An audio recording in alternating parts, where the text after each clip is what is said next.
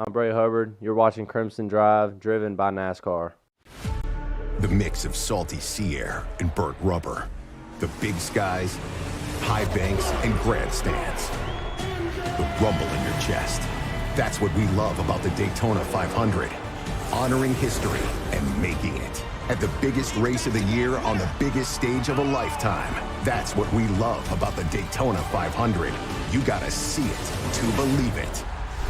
Secure your experience now at Daytona500.com. Roll Tide and welcome to this Tuesday edition of Crimson Drive, driven by NASCAR. This is Roger Hoover. Great to be with you in our studio in Tuscaloosa as we look back to a fun win over Tennessee. Look a little bit ahead to South Carolina. More on that coming up on Thursday's edition of Crimson Drive, driven by NASCAR. We'll start our show by taking a look at what's coming up on the program, plus everything with our headlines thanks to our friends RJ Young. RJ Young is the official technology solutions provider of Crimson Drive. They've given us the smartboard to go through everything in a very interactive way on this Tuesday afternoon. Well, first, take a look back to the win over the Volunteers with our booth cam highlights presented by Regions Bank. The booth cam was really a lot of fun, especially at the end of the ball game, as you'll see coming up as we celebrated that win over Tennessee. Then we'll talk to one of the playmakers for the Crimson Tide on defense, Bray Hubbard, all about his 2024 season where he emerged as a starter for the Tide and what's new for Bray Hubbard this season. Then we'll visit with Chris Stewart, the voice of the Crimson Tide, get his thoughts not just on the win over Tennessee, but also some basketball thoughts after the exhibition win for men's basketball against Florida State last week. And then we'll have kind of a deep dive on Kalen DeBoer from someone that's covered him for over 20 years, Matt Zimmer from Sioux Falls Live. Yes, he came from South Dakota down to Tuscaloosa this weekend to see a really all South Dakota matchup. Kalen DeBoer coaching against Josh Heupel. We'll get some thoughts on Kalen DeBoer, really learn more about his USF days. No, not the University of South Florida, University of Sioux Falls. More on that coming up with Matt Zimmer in just a little bit. And then we'll close out the show with some of the best moments from last night's edition of Crimson Tide Rewind from Baumhower's in Vestavia Hills. Great analysis from Tyler Watts.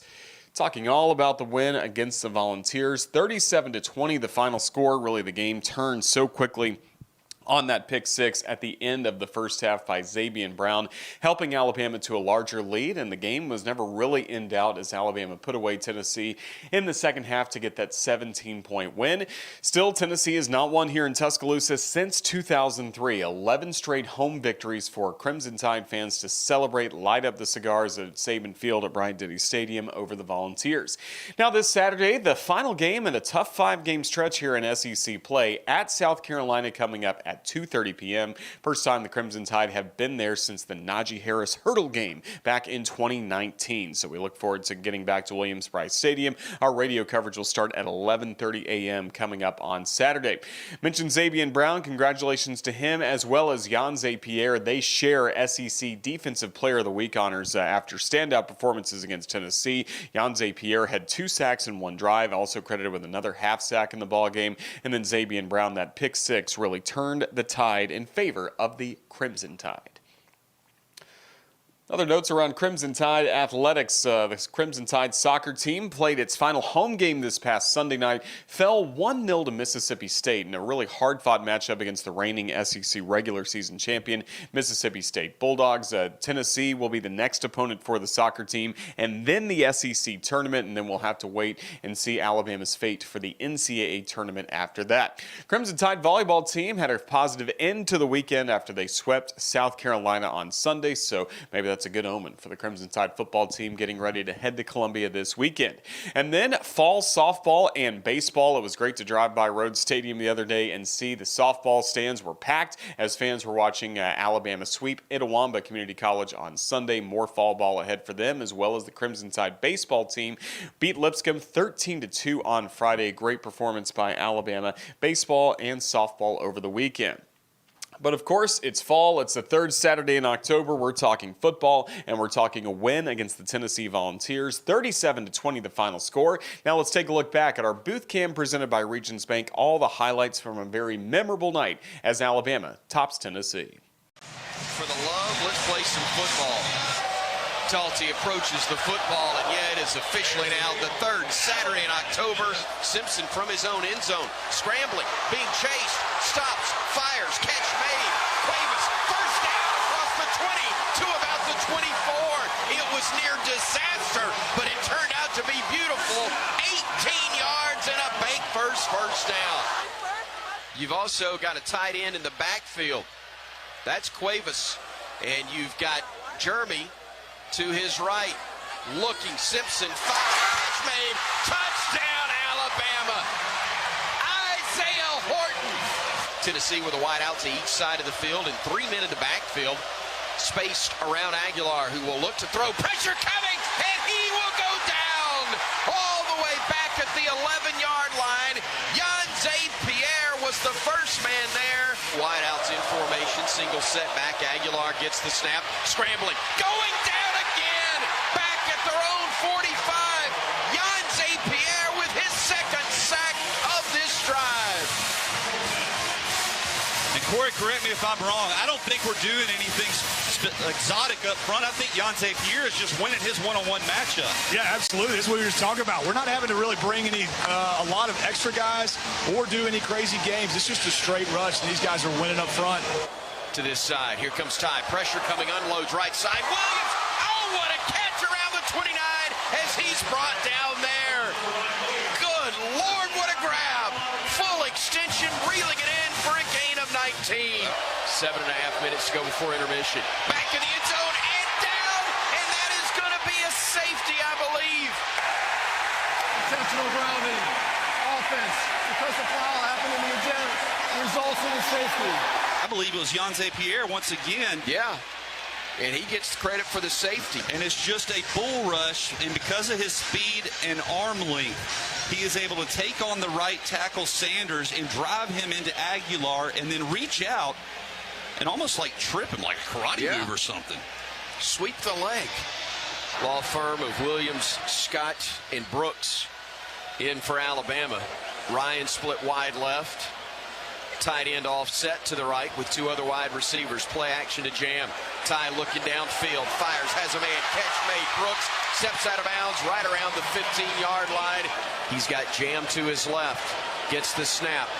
Ty stepping up in the pocket. Firing. Catch made at the 3. Ryan Williams again.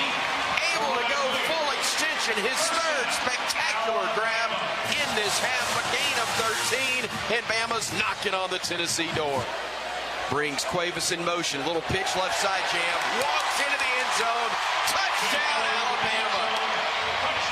Beautiful call. I said Caden didn't get the ball, but he made sure Jam got in as he ran interference on that option pitch left side. A beauty. Play action. They want to throw. They do. It's intercepted. Picked off across the 20. Sabian Brown across midfield. One man to beat. Hesitates. Stays on his feet. Scores. Scores. Scores. Ain't a flag to be found. Sabian Brown took it to the house. 100 yards. And the Tide adds to its lead. Oh, mercy.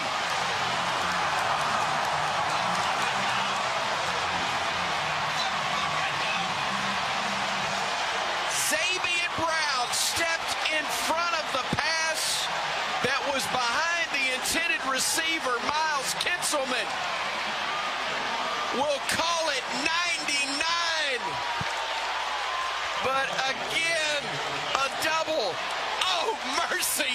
Sabian Brown. What a play. Turning away the ball, scoring as well. Extra point. Up and good. A great hold on the part of Alabama. And Blake down on the low snap. What a way to end the half. Go get him, Corey Raymer. Coach, what a change of events right there to end that half. What are your thoughts so far on this first half of football? Well, it's a smart play by our guys right there, knowing the situation with them having no timeouts. Risky for them to run, baiting them into throwing it. Love it. It's a great play by ZB. Jeremy Bernard's in the backfield to the left of Simpson. Now Jeremy will go wide right in motion. They'll throw a lateral to him. He wants to throw. And then he's going to step through two men, a third, and now he's going to break another tackle and another, and he's across midfield, and Jeremy Bernard turned that into chicken salad because it was headed towards something else. It looked bad, and then it got good, Corey, and it's an 18-yard pickup. We had Caden Proctor lined up in the tight end position. I was expecting a little tight end throw. Not tackle eligible, but thought he was going to release for a pass for us. Taking almost 5 minutes off the clock, Butch tells me. Bama will run to the line of scrimmage and hurry there with Simpson working under center, Hill in the backfield. Play action to Hill, rolling, firing, near side. Catch made at the 5, at the goal line, and in. Touchdown, Alabama. Rico Scott. The pay dirt, 11 yards. So stay aggressive on first and second down, stay ahead of the chains, and move this football. Score. You got to score, baby. Daniel Hill, the lone setback. Simpson working under center. Gets the snap, tall sweep left side. Got blockers, gets across the 45, dragging Volunteers to the midfield stripe. Move those sticks again. Another bank first down. Brailsford and Dewberry springing him. And they'll hand it off right side to Hill. Gashing through inside the 25. Still on his feet. Breaking a tackle and getting to the 19 of the Volunteers. I've never seen a running back literally jump up to avoid a tackle as he's being tackled by another defender. But Daniel Hill does exactly that. Takes advantage, rides that offensive line to the edge. He's fighting off one guy, and he sees another defender coming in low, and he jumps over the top of him while he's still engaged. Simpson looking, running. Simpson trying to get to the mark. He does! First down and a late hit on the balls, and Bama's going to get a few more on top of it. We're going heavy. We are going real heavy with Hill in the backfield. Simpson, the quarterback. Toss sweep. Daniel trying to get to the edge. Fighting in. Touchdown, Alabama. We had some big ones over there, including William Sanders, who was one of the capital H backs. Well, these type of situations have been lighting them up, playing man-to-man on the edges, and Aguilar's just been throwing 50-50 jump balls. Did you say light them up? 20 seconds and ticking. Time left. Bama up 17. Aguilar looking, firing, incomplete left side with 14 seconds to go. They'll hand it off. They'll run it up the gut, and he won't get in. He won't get in. It's 7, 6, 5, 4, 3, 2, 1. They don't get it off. They don't get it off. It's over. Strike up the band and light them up.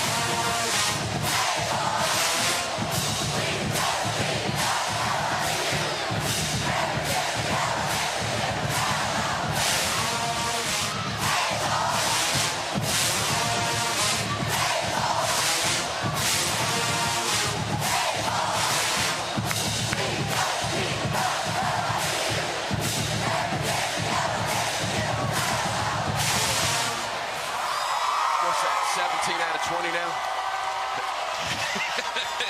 it's whatever it is, it was great tonight. 11 straight home wins, Roger reminds me, for Alabama in the rivalry. 24-hour rule officially is underway. A big one next week in Columbia, but we're going to celebrate this one.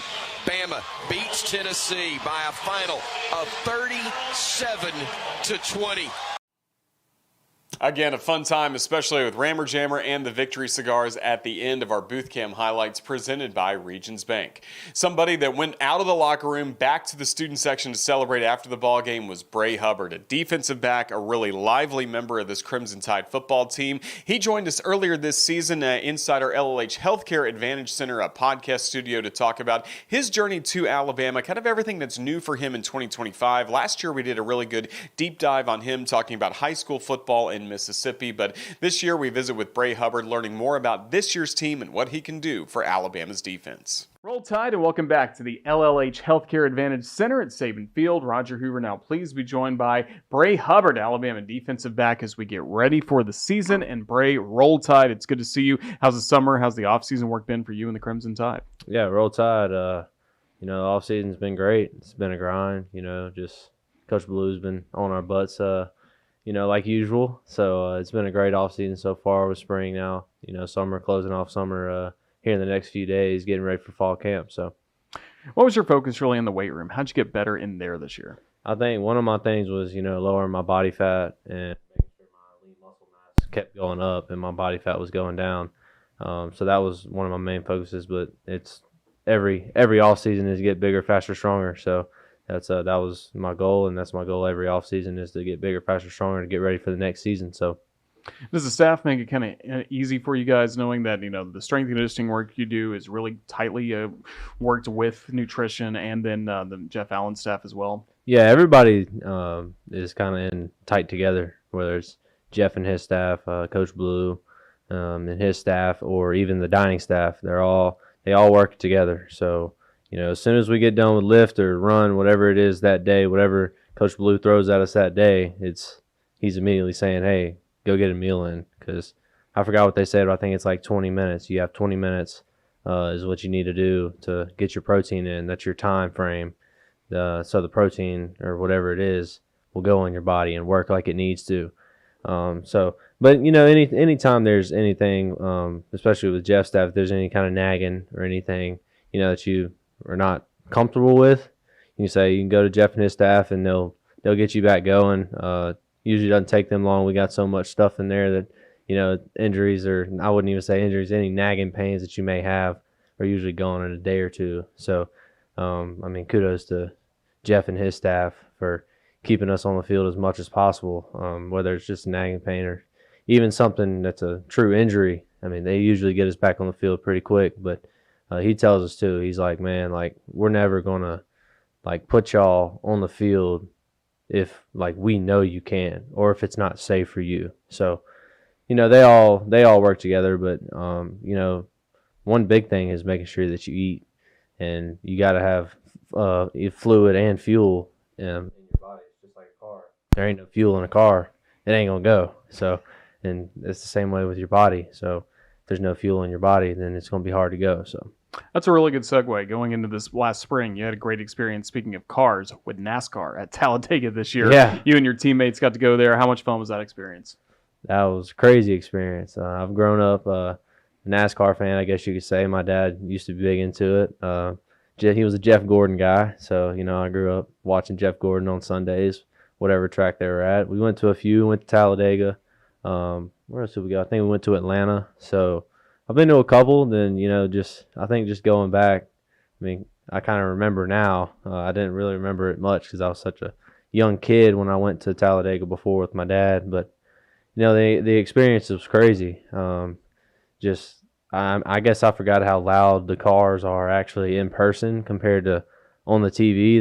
They're really not that loud, but you can still tell it's loud. But getting out there with the teammates, seeing the drivers, those are athletes too. They talk about going around a track, and we kind of asked, I think we were with Austin Cindric, and he, we were like, yo, like, what's like a workout like for you? He was like, mainly for me, it's core work. And, just when you're going around those turns and all the G's that you're pulling, and constantly for however many laps they got that week, like, he was like, that's what gets hard is on your back and stuff like that. But I think he's a taller driver for most drivers. I think he was like 6'3", and I don't know if you've ever seen a little bitty NASCAR. I shouldn't even say little bitty NASCAR driver, but they're smaller guys.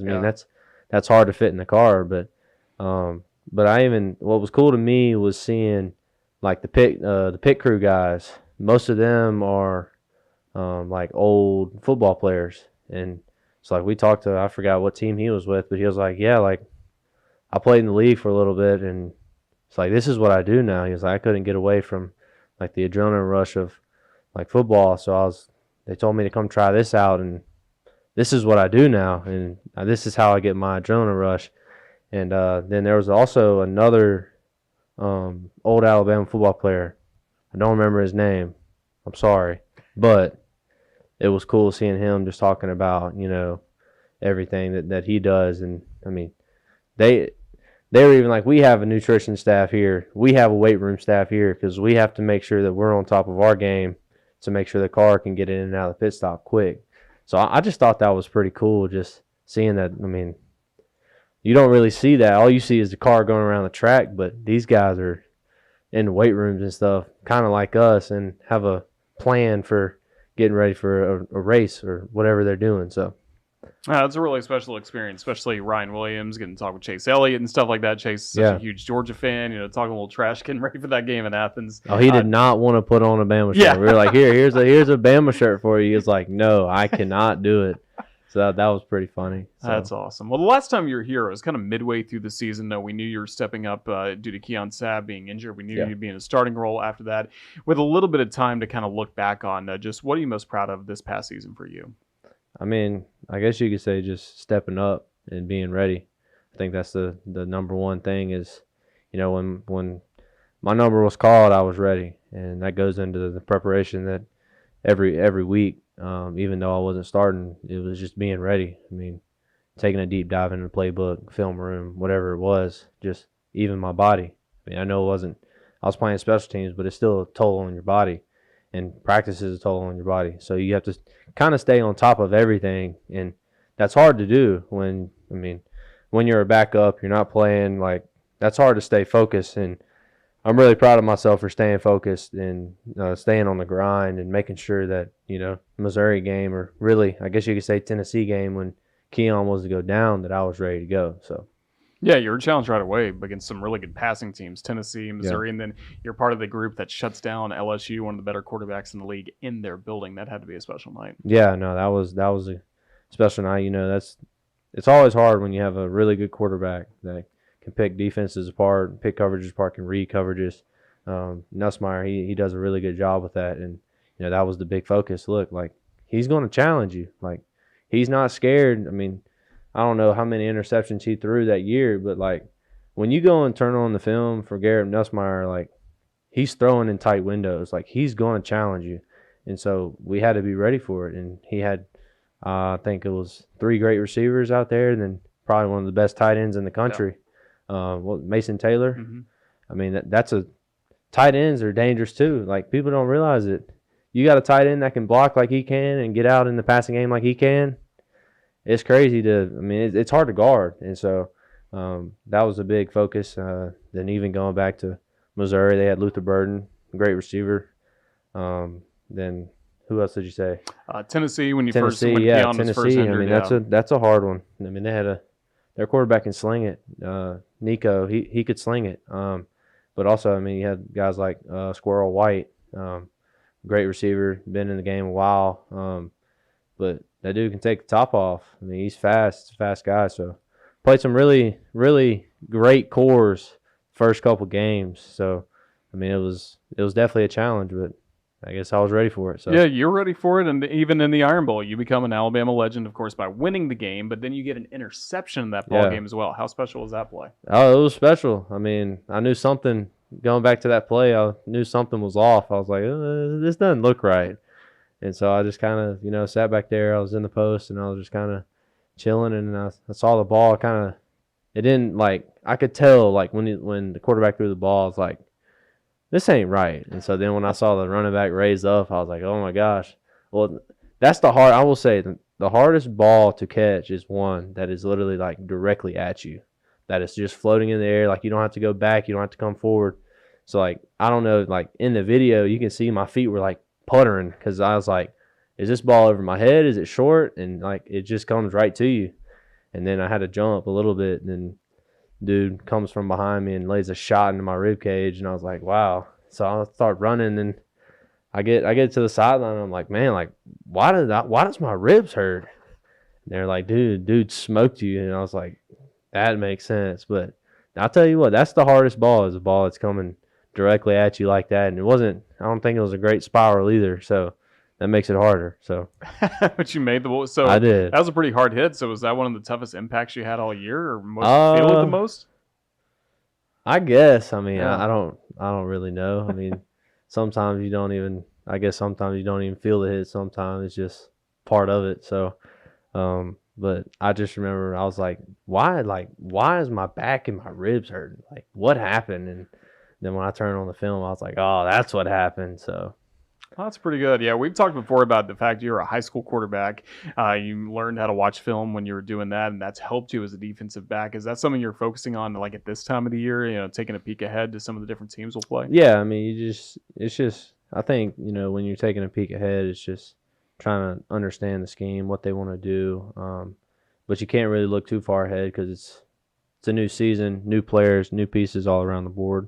So sometimes it gets difficult, but you got to look at who's the coordinators and stuff like that. So if the coordinators hadn't changed, then it's usually going to be a little bit. But like I said, the moving pieces with guys leaving, guys coming in, you really don't know what the personnel is going to be until a week of maybe.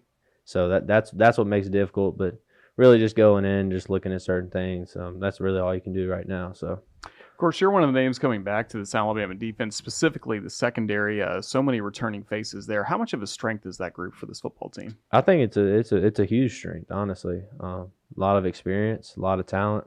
We got some very talented young guys too that are coming right along good, and I can't say enough about them. But I mean, yeah, we got was it four? Is it four in the back end? I think we got returning 5. All 5 basically. So that's what you want to have, is guys returning, experience, but even up front and at the linebacker position, we got a lot of guys returning. But I think this group that we got this year is special. Really tight group. We're all tight with each other, and that's what you want. But then when it comes to play ball, it's time to play ball, and we know how to flip that switch and play ball. So pretty similar role for you this year? Yeah, it'll be pretty similar. It's always all safeties have to dual train, so we all go back and forth. We got to know it all. So that's part of being a DB, is you're the last one back there, so you got to know it all. So that's what we all do, and we all ask questions. I mean, I ask Keon questions. Keon asks me questions. Ivan asked me questions. Zay Mincy asked me questions. But then I'll ask them questions and be like, hey, like, how would you play this? But then they'll ask me the same question if they're seeing something. Because sometimes in practice we'll get a play, but then the other guys may not get the play. They may get a play that I may not get. So I'm constantly having to watch, and they're watching me. I'm watching them to make sure that we're all on the same page when we get certain things in practice. So that's one thing I want to brag about my group, is when we see things, we all coach each other up and talk to each other through it. So. And then how about brag on Keon Sabb for a moment, the work he's done to get back healthy and get back on the field? How special is that? Yeah, I mean, that's a tough one. Everybody knows that that's not an injury to play with, but Keon, I mean, he's a fighter. Even to go in that game and play like he did is special. That shows he wants it. And I think, this year, he's going to have a great year this year. I can't wait to be out there with him. Last year we didn't get to play together. It was me and Malachi. So I'm excited for Keon. It's going to be a great year for him. Definitely will be. And it seems like this is a fun defense to play in. Oh, yeah. It's really fun. Coach Womack has us flying around out there. It's really fun. That's about all I can say. Just go get the ball.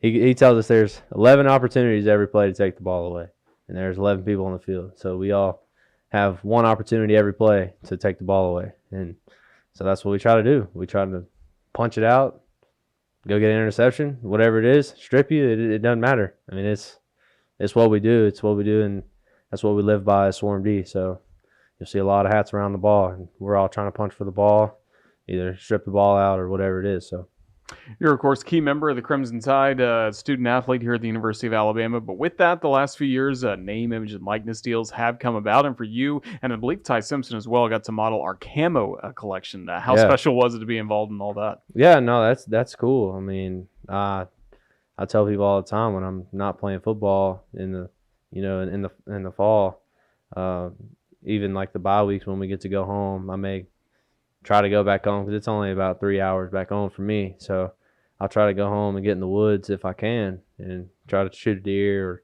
whatever it is. And, that's cool. I mean, I've always, hunted. So I think Ty's been the same way too. But I think being, I guess you could say, an ambassador for that is it's pretty cool. I mean, it was a long work in progress, but I mean, I love the outdoors. It's what I like to do when I'm not playing football. So it's kind of cool for me to have my own kind of deal, camo deal.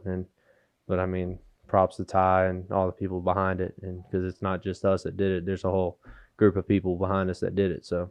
Yeah, speaking of Ty, how about all the hard work he's put in to be ready for this year, along with the other quarterbacks? Oh, yeah. All the quarterbacks, they've been doing a really good job. Ty, Austin, Keelan. I mean, it's hard going against us every day. I mean, we just talked about it, all the returners that we have on defense. And, I mean, that's hard. We kind of know the system very well, or our system very well. We don't really know theirs as much just because we're on the opposite side of the ball. So, but, they have their days. We have our days. It goes back and forth. That's just how it is. But all three guys are doing a great job. And, I'm proud of Ty. He's been here, his fourth year now. And, I mean, most guys would have left. And, I mean, I can't say enough of him sticking it out and fighting and keep fighting. And, hopefully nobody knows who it's going to be game one. But if it is Ty, I think he's going to do a great job. So. What do you feel like can make this team special this year? I think everything about us. I mean, this group I feel like is unbreakable, honestly. We're all so tight. Went through everything last year together, especially defensively, went through everything last year together. This year, it's all we got.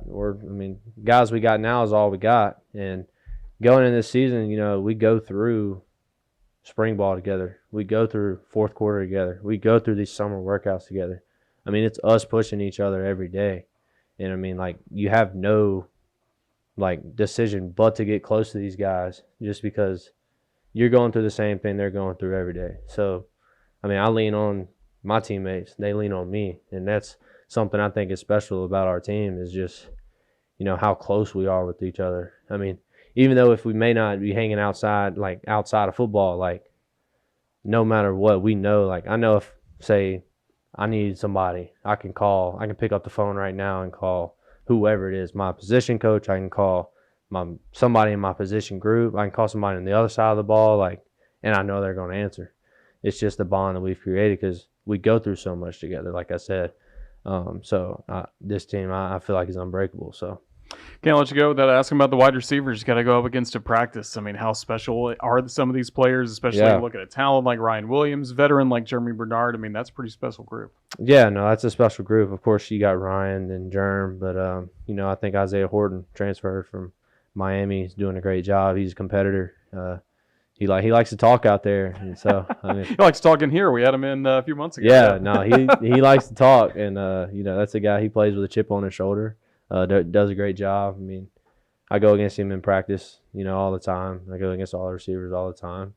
It's a constant rotation. So, I mean, that's a special group. And when you have depth like they have, that's a hard group to stop. And there's just guys that are all in that room that can, take the top off, but they can also just catch the ball and get up the field and roll. And I think they understand the system too. They know how to get open. They see the scheme really well, especially what we're doing. They can see it. I mean, they go against it all the time. They see it, but they know windows and coverages, and that's something I've noticed too. Is they're constantly finding windows, but that also starts with, with the quarterbacks too, working with each other, is finding the windows, getting around this linebacker, getting around the safety that's rolled down, and they do a really good job of that, and that's hard to stop. And so, I'm excited about this group. They got a really good group.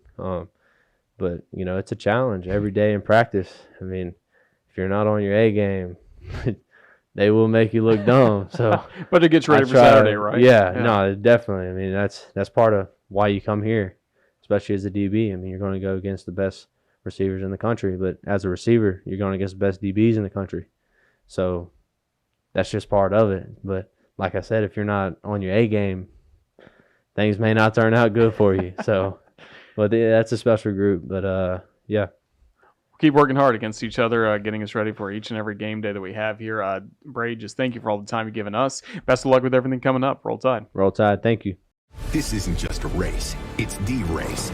500 miles of glory, a million memories, one place. That's what we love about the Daytona 500. You gotta see it to believe it. Secure your experience now at Daytona500.com.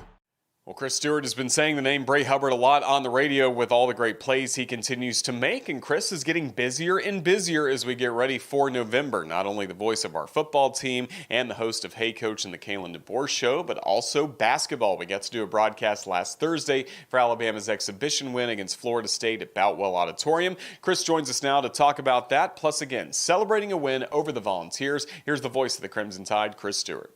Chris, you had a perfect tweet on Monday morning. Couldn't tell if it was fog in your backyard or some cigar smoke still lingering from that win over the Vols. How are you? Trying to clear the smoke so I can look ahead to South Carolina. It's been a wonderful couple of days, and look, it's because of the special nature of the rivalry itself, and the fact that they've won a couple in the last 4 years. Been a long time. It was one-sided, which didn't make it any less enjoyable. There were aspects of it that had made it personal for the last several years in the rivalry. But it's competitive again, which makes a win even more meaningful, I think, now. But also on top of that, the place it puts you in an SEC play with a dangerous but obviously wounded South Carolina team right ahead. And every win means something in this league now, but some do indeed mean a little bit more, and definitely Tennessee falls in that category. Absolutely. I mean, this rivalry is insane. And for this coaching staff, especially, all brand new for their first win against the Volunteers had to be special, and connecting with Kalen DeBoer after we saw the emotion from him, maybe like we haven't seen before in his 2 years in Tuscaloosa. You know, he got their attention for the ULM game. You know, he was really, I think, a little bit different, but I think he's more comfortable in being.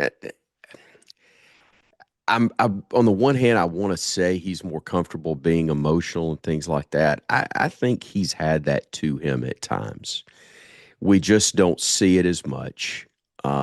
So much of our opinion is influenced by what the cameras capture. And I kind of joked with him about coming out of the locker room. And he was talking about the emotion of the guys. And I said, there's a little emotion from the coach, too, from what we saw in the entrance video. And he sheepishly grinned and said, yeah, I forget sometimes how soon those start. And so it's almost like, you know, I don't know that I would have done that if I'd known I'd been on camera. But I thought it was great for the fans to see that side of him and see that he was indeed as pumped for that game as he was, and the job he did in making sure his guys were ready to go right from the start, truly, as they came out of the locker room. That was great to see. Again, part of a special night for Alabama, and the defense made big plays, and we got to hear one of your great calls, the Zabian Brown interception return for a touchdown, 99 yards, even dropped an oh mercy on us. I mean, it was a big call. I'm glad you regained your breath for the second half. I needed the full allotment of time for that, and I think the team did too. They did not come out and play with the same energy, and a lot of that's to Tennessee's credit. You know, they did what they had to do. They got the stop to start the second half, and then turned that into points. And look, they got another stop, and we're really fortunate that wasn't a 3-point game once that drive wrapped up.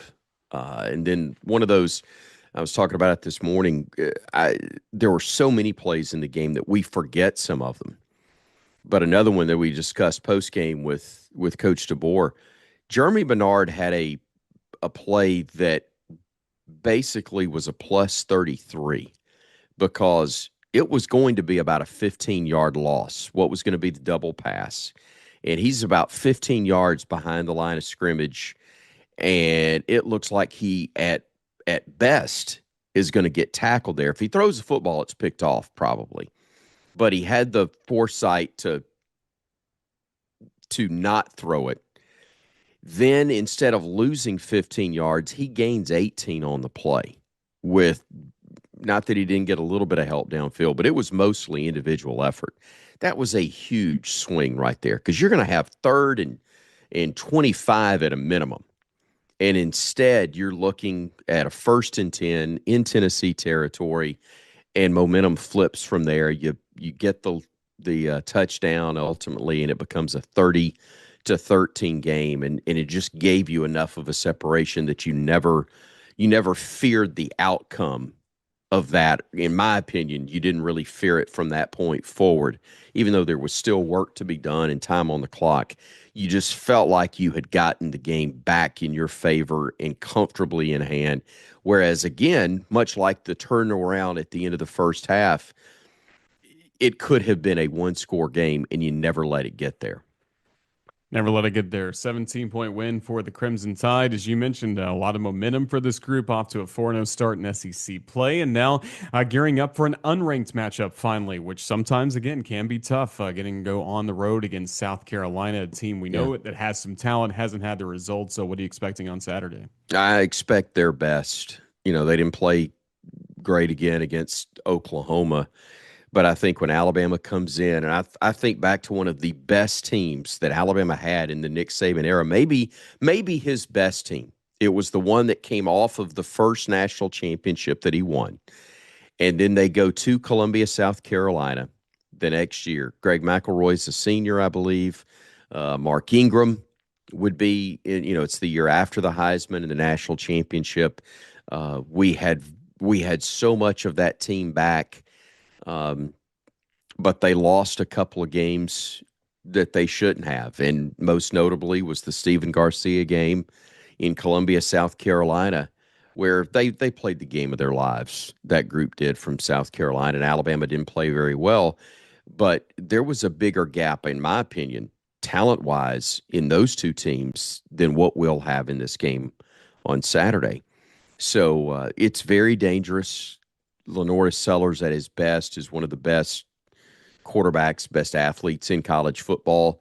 The defense has forced as many turnovers as Alabama, and I think we got to be really careful not to have what happened at Vanderbilt last year happen in this one, where you have some turnovers early, you hand them a lead and have to work from behind, and because they haven't been elite as a program, it gets lost by people that haven't been there that it's elite in terms of environment in that place, because Williams-Brice gets as loud as anywhere. And you got to avoid third down so you don't hear that rooster crowing over the PA as loud, and that can get obnoxious when you're in a bunch of third down situations. So Bama's ability to avoid those, or at least make sure they're third and short, stay ahead of the chains, not giving them free possessions and short field situations with turnovers, will be very key in Alabama getting the outcome we want. And then South Carolina's offensive coordinator is a former Alabama head coach and, of course, quarterback in Mike Shula. And you covered the Shula era in a variety of roles with us on the network, even in television as well. Any favorite interaction or memory that comes to mind when you look back at that time he was Alabama's head coach? I do remember telling him one time, I said, "You made me a better basketball player." And he goes, "All right, I want to hear this one." And I said, they're always getting us to work with our offhand in basketball. My coach was always talking about working with your offhand. Well, I'm right-handed. I said, but that was easy for me. I said, because you were my quarterback at Alabama when I was a teenager watching. And I said, we'd throw the football around, and I was throwing it left-handed and pretending that I was Mike Shula throwing that thing left-handed. So it helped make me a little better basketball player. I needed all the help I could get, but it made me better, at least with the offhand. He goes, "That's pretty cool. I hadn't heard that one. That's a new one on." I said, "Yeah, you did. You helped make me a a little better. You weren't responsible for the bad part of my basketball game, but look, man, he was. And it's part of, I think, what's sad, and sometimes you hate to see when a former player goes back to his alma mater. If it doesn't go well, it can tarnish sometimes what was a great feeling as an alum for them, but also can diminish maybe the great memories of them as a player. Mike Shula is the one that threw that, bless you, Mike Shula. Paul Kennedy's famous, fantastic call on the Labor Day victory, the comeback against Georgia, which I think was at the beginning of the season, where we got the Van Tiffen kick at the end of the year. I may be getting those mixed up, but I think it was the same. I think it was the same season. On that, the play, the drive that led to the kick by Tiffen, Mike throws a block on a reverse with Greg Richardson. Or maybe it was Bell on the reverse. I can't remember. I know Mike threw a block that was terrific. Also, Mike took the job at Alabama when not everybody wanted the job at Alabama, because those of us that were around remember that dark time. We get hit with probation. Fran leaves to go to Texas A&M. And where are we going to go? And you got Mike Price, and then all that obviously happened there. And now here we are. We've gone through spring. You got to have a coach. And Mike was one of the guys who was willing to take on that challenge and did a very respectable job. It didn't end the way anybody wanted it to, including him. But I think Mike Shula is a major part of Alabama history. Positive. I wish he would come back more. I understand now with the job that he can. I hope, they say time heals all wounds. I wish that one would heal and that we would have him back and acknowledged as he should be for all of the great that he did do, both on the sidelines as well as on the field at the University of Alabama. That being said, I hope he's awful Saturday and messes up every play call and we get the job done. Then maybe beats Dabo later in the season. That's right. We're not going to go Bama on Bama crime there. We're going to leave that alone. That's just fine. That's too funny. Well, again, you mentioned how Mike Shula helped out your basketball game. I'd love to see you tell that story to Nate Oates as well. We got to see Nate Oates. He ain't gonna believe it. Yeah. Nor should he. That's pretty good. We got to see Nate Oates and the Crimson Tide at Boutwell Auditorium. We'll close on this. Just how much fun was that event, getting to see Nate's team for the first time in person? Yeah, first of all, we talked about it. Special to be in that building and the history there. And anytime Bama plays in Birmingham, it's got a unique, special feel to it. And it's a big deal. And even though it was an exhibition game, it was entertaining, turned it over too much, especially in the first half. But we saw why there's so much excitement about this team as a three-point shooting squad. Didn't shoot it great from the free throw line, which we know they've got to do because of the fact it's not just a three-point shooting team. It's one that tries to get to the rim, and if they don't get the layup, then they hope to get to the free throw line. They earned that and then some, but didn't make as many as they should have early, and that's part of why the game was as tight as it was down the stretch. But you got to win. So your team showed how they can be resilient down the stretch, and learning how to win when you're not your best is a major part of being an NCAA tournament team and then some. So it's a good learning deal. You got a dress rehearsal in front of, it was only 2,500, 3,000 people, but it's packed. It's loud. It was intense at times. It was a fun experience. You got to win. I think you got out healthy. And now you got another one. You're going to learn about going on the road. They're going to play Furman in a couple of weeks, I think, and another exhibition game. I'm excited about the year. It's great to have excitement about basketball this early in a season when things are still going really, really well in football. It's not like we're turning the page. We're just we're looking at both books right now. Is kind of the way it's going. Yeah, a lot to be excited about here in Tuscaloosa. Well, Chris, all the best with everything coming up this week. Safe travels to South Carolina. We look forward to seeing you then. Thank you. Roll Tide. Roll Tide, buddy. Thank you. Alabama fans, there's an exciting new opportunity for you getting ready for the Crimson Tide's game against the Oklahoma Sooners coming up in November, thanks to our friends at West Shore Home. 4 tickets against Oklahoma and plus pregame sideline passes, and you can also win a free shower from West Shore Home.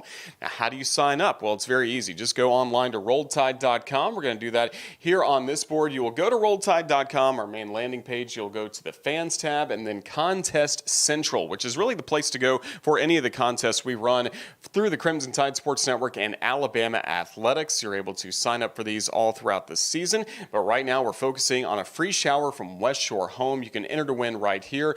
Put in your information. Some autographs are available, as well as that opportunity to win that free shower from West Shore Home. Again, it could not be easier here on RolledTide.com. Just fill out this simple form and you can be entered to win. Again, head to RolledTide.com. Take advantage of this amazing opportunity thanks to our friends at West Shore Home. What's going on, Bama fans? It's Rico Scott, a receiver here at the University of Alabama, and you're watching Crimson Drive, driven by NASCAR.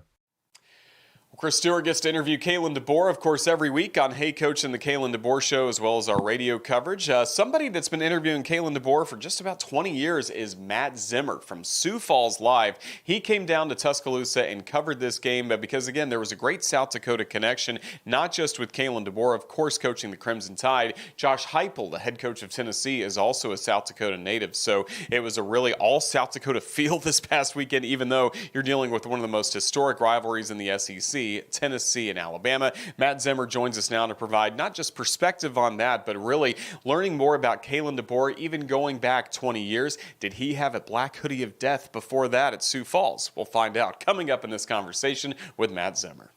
Now, please be joined by a guest from South Dakota, from Sioux Falls, Matt Zimmer, who works for Sioux Falls Live. He was in town in Tuscaloosa over the weekend for a very South Dakota matchup between Kalen DeBoer and Josh Heupel. And Matt, it's great to have you join us. First of all, just how was the trip and getting to see Alabama and Tennessee on Saturday? It was fun.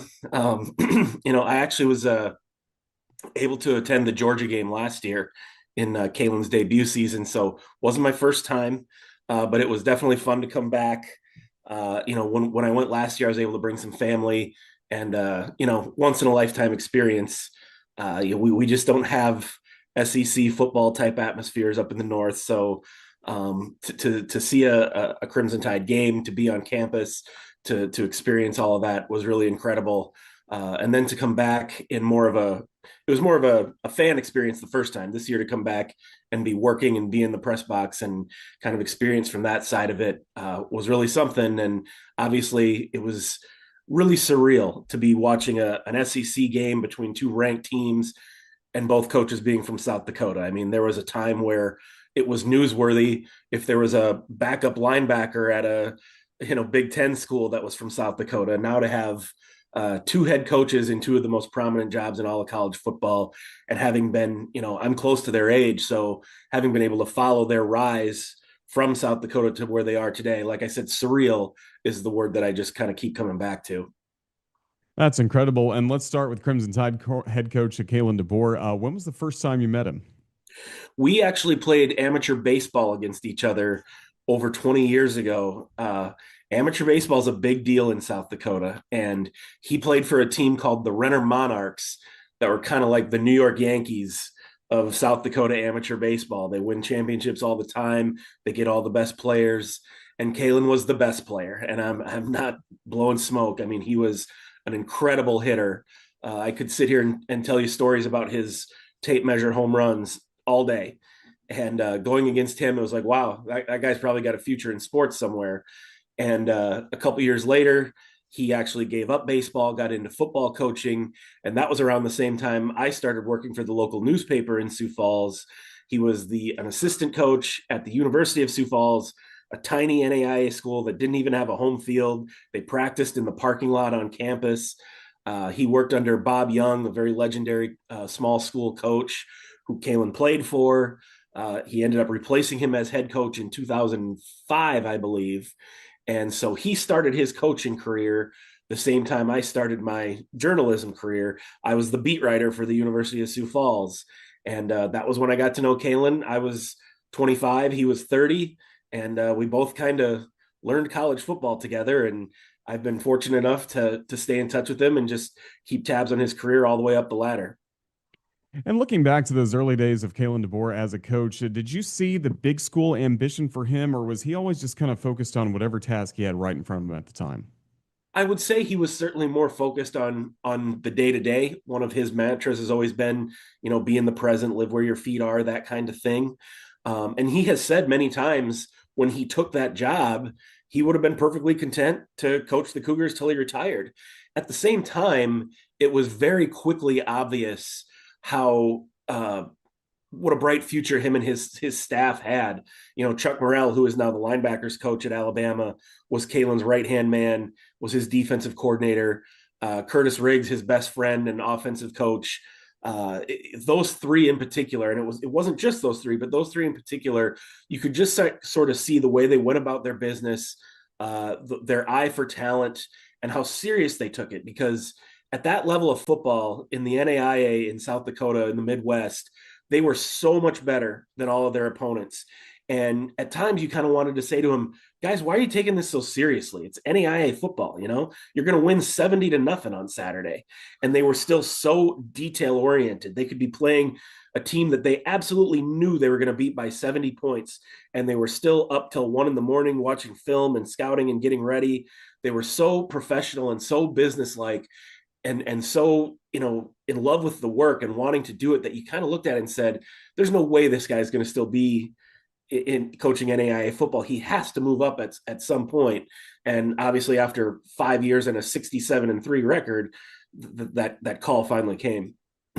Yeah, 67-3. It's just absolutely remarkable, no matter the level of football. And you again see him make the rise through Division I football as well as an assistant coordinator, eventually be a head coach.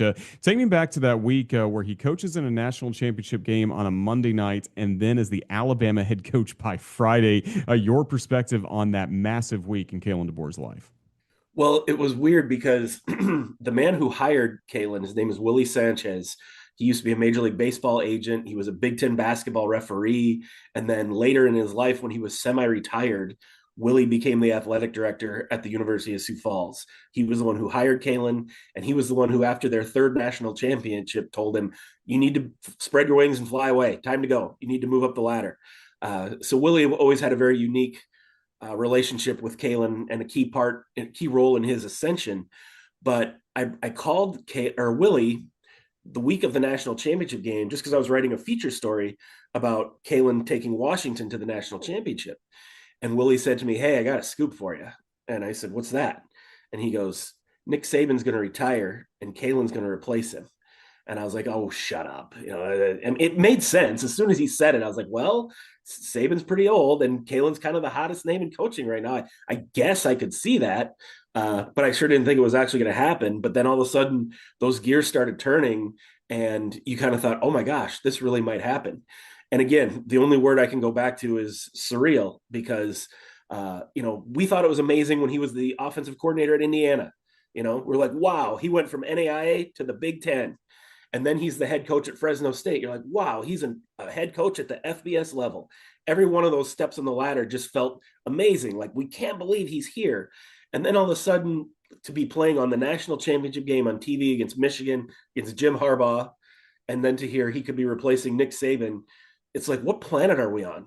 Who's writing this script? I mean, it's really hard to overstate how crazy that felt for people back in South Dakota who, until South Dakota State moved up to the 1AA level 20 years ago, we didn't even have Division I football in South Dakota.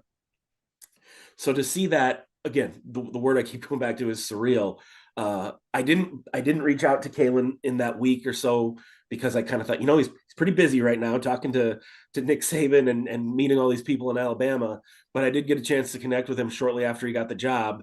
And it was kind of wild how, I don't want to say unimpressed he was, because he's very aware of the gravity of that job. But there was no like, oh, wow, I can't believe I'm here, or this is so amazing. It was, again, just very businesslike. Like, well, yeah, you do your job, you keep putting your head down and going to work and doing things the right way and surrounding yourself with the right people. And this is the kind of thing, this is where you end up. Yeah, and that's the consistent Kalen DeBoer we've really seen ever since he got to Tuscaloosa, of course, last season, even into this season. And he remains pretty steady, but he had a lot of emotion, especially coming out of the tunnel, as you wrote about in your piece against Tennessee. Had you seen that kind of emotion from him before? Not before a game. As you've probably caught on from watching the last year and a half, he gets very emotional during a game, very animated, coaching his players, talking to the refs, stuff like that. But he's always kind of made it a point to be that very even keel guy, certainly before games, at practices. I think that's been a hallmark of his success as a coach. He probably got some of that from Coach Young. But I'm sitting in the press box with, a bunch of Alabama media, and they put him on the screen and he's, clapping all hard. And then he punched the goalpost and everyone looked at me like, have you ever seen that before? And I said, no, I haven't. And it was funny. There were a bunch of former University of Sioux Falls players at the game on Saturday. And I was texting with some of them during the game because they've obviously would know him even better than me. They played for him for 4 years and were around him all the time behind the scenes. And I asked him, I said, have you ever seen Kalen that fired up before a game? And all of them, no, never, haven't seen that before. So that was kind of wild to see him step outside of his personality a little bit. He kind of downplayed it a little bit because everyone was asking about it in the press conference. And he tried to downplay it. He said, well, my players got me fired up. But I think that does go to show that he's maybe becoming a little more comfortable in this job and starting to respond to how the players have responded to him. I think as much as Kalen knows who he is and how he wants to coach, he's also the kind of guy that I think can read the room and can understand, what are my players going to respond to? What do they need from me? And maybe he figured out after going 9-4 last year that, hey, this team wants a little more fire. They want a little more of a kick in the butt once in a while. And when you see what they've done the last 5-6 weeks, it looks like it's working. Yeah, absolutely. And he knows the fan base too, likes the black hoodie. Did he have a signature piece of clothing, anything like that with Sioux Falls? I don't think so. Not that I remember. That's funny. Well, great to see that again from Kalen DeBoer. And our Alabama football is starting to see some more Alabama gear around South Dakota as you go around now that Kalen's making his mark here. It's funny, when he was coaching Washington, a lot of the USF players and fans loved it because it was the same colors. The University of Sioux Falls was also purple. So everyone's like, hey, I can still wear my purple. Then he gets the Alabama job, and everybody in South Dakota that had temporarily become a Huskies fan, well, I guess we're Roll Tide now. And so it's funny. I have a couple Alabama shirts that I've picked up as kind of following Kalen and following Alabama. And almost every time I go out in Sioux Falls, I'll see somebody in town that'll give me a Roll Tide. So it has certainly caught on up here. That's a really cool perspective. Again, Matt Zimmer with Sioux Falls Live. Just thank you for the time you've given us here on the Crimson Tide Sports Network. We look forward to seeing you again, hopefully down the road, either here in Tuscaloosa or on the road. But just thank you for the time you've given us. You bet. Thanks, Roger. This isn't just a race. It's the race. 500 miles of glory, a million memories, one place. That's what we love about the Daytona 500. You got to see it to believe it. Secure your experience now at Daytona500.com. Appreciate Matt Zimmer and his time. Hopefully we will run into him again, maybe not in South Dakota, but covering Crimson Tide football down the road. Tyler Watts, always entertaining on Monday nights. We have such a great crowd at Baumhauer's Victory Grill in Vestavia Hills, and they were lively last night celebrating the Tennessee win. We get thoughts on that from Tyler Watts, plus a little bit of a look ahead to South Carolina as well. The full version of Crimson Tide Rewind you can always catch on our Alabama Insider podcast, video replay on our YouTube channel as well. But now this is kind of the best of moments from Monday night and something we like to call Be Kind, Crimson Tide Rewind. We got to celebrate this win over the Vols. What'd you like most about Saturday? Just winning. Just win, baby. Win. That's the most important thing. But I loved how the defense responded and played throughout the course of this game. They really stuffed Tennessee's running attack, I thought, throughout the entire first half. Had a couple of nice runs, but overall they really limited them. Second half, obviously things slipped a little bit, and Tennessee was able to start getting some yardage on the ground, but really put Joey Aguilar in some tough situations. I think we had 4 sacks on the day. We caused a safety. When they were backed up, he tried to get rid of the football. Pierre would not allow him to throw, and we got the safety there. I think we then turned around and scored a touchdown on the ensuing kickoff. So that was a pivotal moment there that ended up being a huge difference in the game. But I just loved how they continued to fight. Even as Tennessee was marching down the fourth quarter, the game was well in hand. They knew they were limited on number of possessions, but the defense did not allow them to get into the end zone. And that's what I love most about it. This defense just continues to improve. That was a 14-point swing when Xavier Brown gets that interception. Tennessee's about to punch it in. That makes it 16-14 if they're able to do it right before half. And instead, it's a completely different ball game. And what do you say about the offense? They continue to just do miraculous things through the air, regardless of the down and distance. Ty Simpson keeping his composure. The offensive line gave plenty of time for the most part. He had a clean pocket all night long, and he was able to dissect that secondary for Tennessee. And then the yards after the catch, we had talked about how we did not think that the Tennessee secondary was very good tacklers, and that proved true. And Jeremy Bernard on the little trick play that wasn't there, able to elude 5 or 6 different Vol defenders, and not only get back to the line of scrimmage, but make it about a 12 or 15-yard gain. So overall, all the way around, it was a nice performance. You love to get the victory. I know the fans enjoyed it, and we definitely enjoyed it up in the broadcast booth. Yeah, we certainly did. As again, Saban Field at Bryant-Denny Stadium lit up with cigar smoke all over the place, and you could tell it was so meaningful to the players. They got to celebrate, of course, in the locker room, but then as you and I were doing our post-game show, kept seeing them run out onto the field and then go celebrate with the student section, just the fans that were still there. Yeah, we're not going to rush the field, but to see the fans come back out and show that appreciation, I thought was cool. It's cool for the players' sport. They want to celebrate, and we talked about it a little bit in the broadcast. They want to celebrate with the fans, and they appreciate the environment and the energy that they bring each and every week. And it was electric. I mean, it was a great atmosphere throughout the course of the game, and it's easy to get up for Tennessee and Auburn and LSU when they come to school, or come to town rather. But to see the players come back out, show that appreciation, you got to turn the page though now. And he got one more, but that was definitely on Saturday night. Those players enjoyed it. You know they enjoyed it in the locker room. Bring it back out on the field. They enjoyed it the rest of the evening like we did. About as loud as you've heard Bryant-Denny Stadium? It was close. It was definitely close. Of course, you know, we got the earphones on and everything. We're not necessarily a part of it, but it definitely ranked right up there, especially on certain plays throughout the course of the game, whether it be a touchdown that we were able to get or force a turnover, a punt, whatever the situation. And big explosive plays always are going to get everybody involved. Yeah, it was really a lot of fun, very loud, especially on that interception return for a touchdown by Xavier Brown. Dixieland delight, not once, but twice. We certainly liked that. The fans were certainly having a great time as that game continued to wind down in the fourth quarter as Alabama put the finishing touches on a 37-20 win over Tennessee. That now marks 11 straight home victories over the Vols. Good to keep that rolling. Absolutely. Tennessee can't get Georgia off their back, and they can't get Bryant-Denny off their back either. It's a hostile environment when they come there. They have really struggled, and you know it's a good Tennessee football team. You say what you want to, their front four on the defensive side is extremely well. They play hard. They're good tacklers. They got some holes in the secondary, but it has been a struggle for them to win in Tuscaloosa over the last 20 years. Congratulations to Jan Zapier. He is the SEC Co-Defensive Player of the Week. We'll talk about the player he shared that honor with coming up in just a bit, but pressure on the quarterback, great to see, especially from number 42. Well, and we were doing it with that. Me and Corey talked about it during the broadcast because I just wanted to make sure I was seeing what I thought I saw.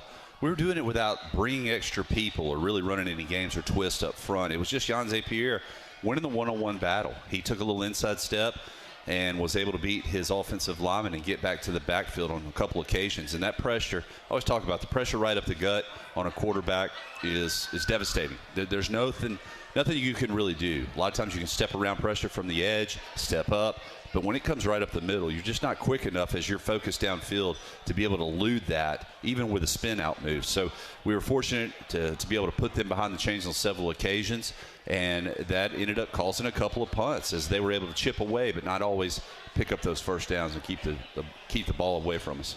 Everybody likes to talk about improvements since the Florida State game. How about just from the pressure, like you mentioned, up the gut or sealing off the edges? Yeah, and we're playing more and more guys. I mean, you start talking about the participation chart of who all was in there.